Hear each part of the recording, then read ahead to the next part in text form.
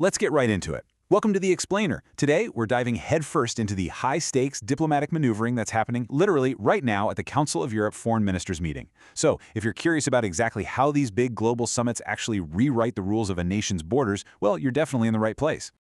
You might be wondering, what does a diplomatic gathering in Chisinau, Moldova, have to do with domestic UK immigration laws?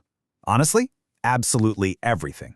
What's happening at this summit is a perfect case study in how global agreements directly dictate local realities. We're talking about everything from managing borders to processing asylum claims and even handling the deportation of foreign nationals. Here's our roadmap for today. First up, modernizing the ECHR. Second, reforming UK immigration laws. And finally, tackling Russian aggression. Section 1. Modernizing the ECHR, updating a 75-year-old convention in Chisinau. Right at the center of all this action are UK Foreign Secretary Yvette Cooper and Attorney General Richard Hermer. They traveled to Moldova specifically to hash out the ECHR, the European Convention for Human Rights. Now, you probably know this, but designed right after World War II, this 75-year-old treaty is a massive international safeguard. It's protected democracy, human rights, and the rule of law across the European continent for decades. But the UK government is currently arguing that the way it's interpreted right now, it needs a pretty serious update.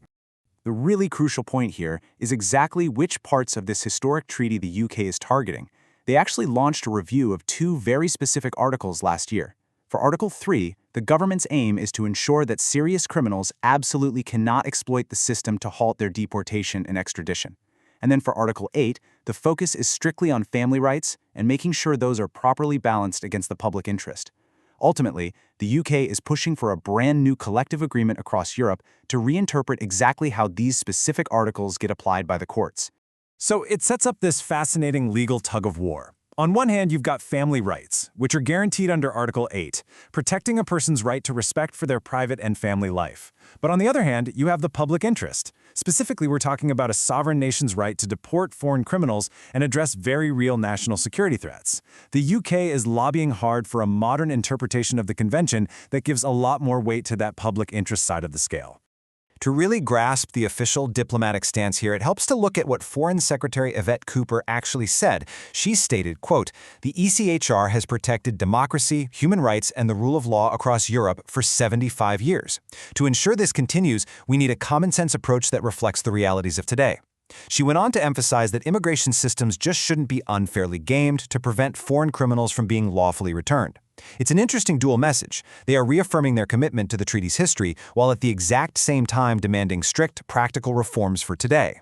Attorney General Richard Hermer pretty much echoed this exact same sentiment, really zeroing in on the legal evolution of the treaty. He noted, "The convention is 75 years old, but it has never been static. This country is proud to be part of a process to work with colleagues across the continent to modernize how the ECHR works." His statement perfectly outlines the core legal argument they're making in Moldova. International conventions are living documents. They have to adapt, and from the UK's perspective, that adaptation is absolutely necessary to protect borders in the national interest. Section 2. Reforming UK immigration laws, the domestic impact of international agreements.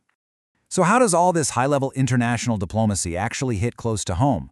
Well, the declarations being made in Moldova are paving the way for hard domestic law. Specifically, we're talking about the landmark Immigration and Asylum Bill that was announced in the May 13th King's Speech. This new bill is designed to enact the major restoring order and control reforms that Home Secretary Shabana Mahmood originally announced last November.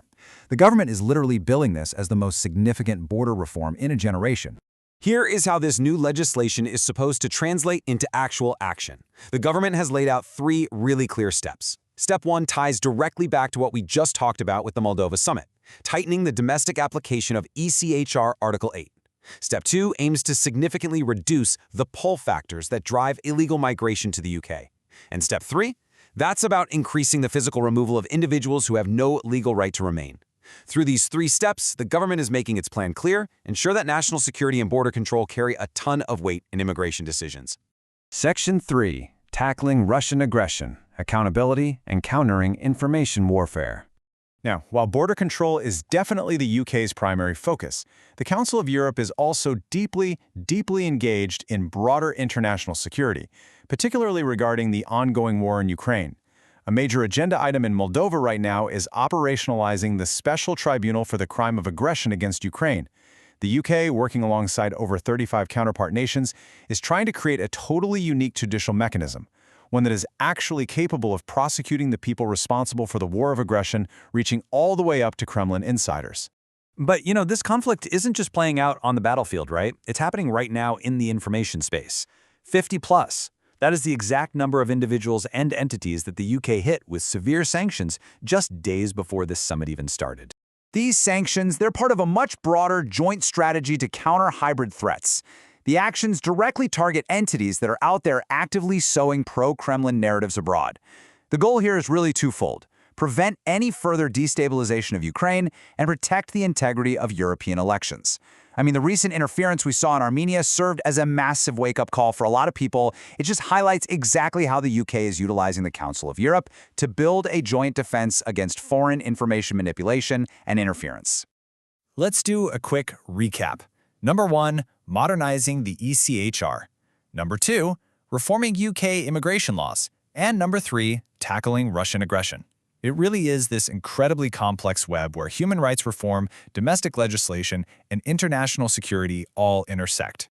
Which brings us to our final thought for today.